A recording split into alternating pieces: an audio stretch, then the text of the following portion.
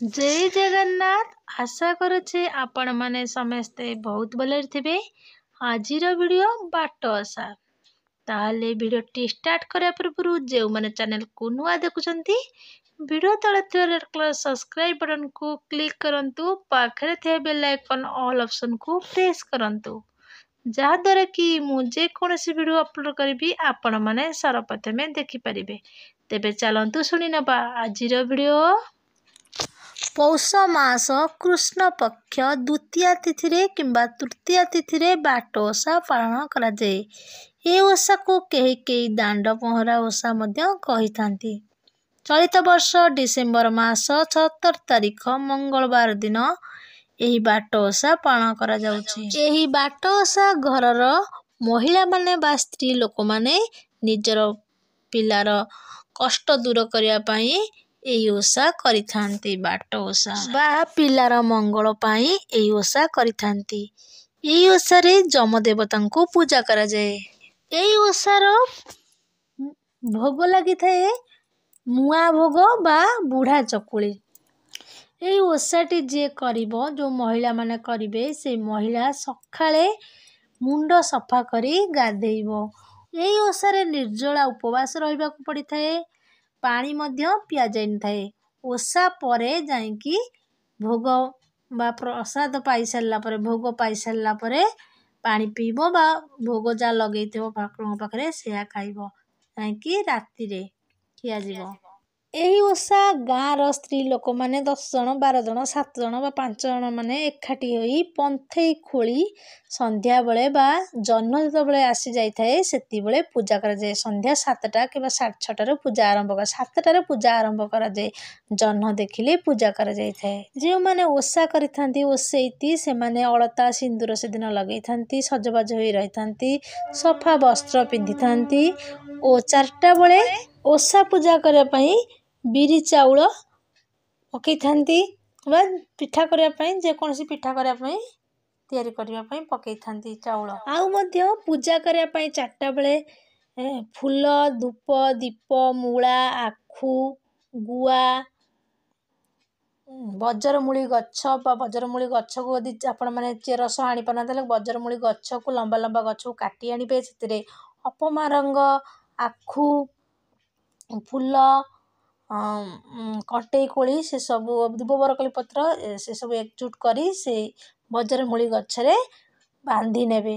देखंतु आपण मानको देखै नै जे स्क्रीन रे आपण मान देखिथिबे ओ भोग सजाड़ी नेबे कदली मुआ फल फूल धूप दीप गुआ नैथे मध्य गोटा गुआ पूजार लागिवो हलदी सिंदूर झुणा कत्ता ए सब पूजा कला बेले संध्या बेले सजासजी कर देथिबे। संध्या बेले नेकी जिबे पिठा करिवे बुढ़ा चकुली हुए बुढ़ा चकुली रे छेना कपूर टिके कपूर पड़ी थाए गोलमरीच गुंड अदा छेचा बिरचाउल रे बट्टा है कि बिरचाउल जो बट्टा है आण से आण रे से सब मिसिकरी चकुली पिठा भलिया होई थाए। ए पूजा रे नडिया तो भोग रे पूरा लागि न थाए छेना पूरा दिया जाय थाए छेना पूरा देई पिठा करिवे। किछि आड़े बुढ़ा चकुली पूजा करा जाए किछि आड़े मंटा पिठा पूजा करा जाए किछि आड़े एही पूजा रे उपवास रहा जाय थाए बा गृहिणी माने जो माने महिला माने पूजा करथांती बा ओषा करथांती से माने उपवास रहिथांती पानी मध्य पिनथांती पूजा सरिला परे पानी पिथांती ओ प्रसाद खाइथांती जो पिठा बनैथांती ठाकुर माई प्रसाद रूपे से को खाइथांती। संध्या बेले पूजा कला बेले किपरि पूजा करा जाय चलंतु मु आपण मानको बतै देछि।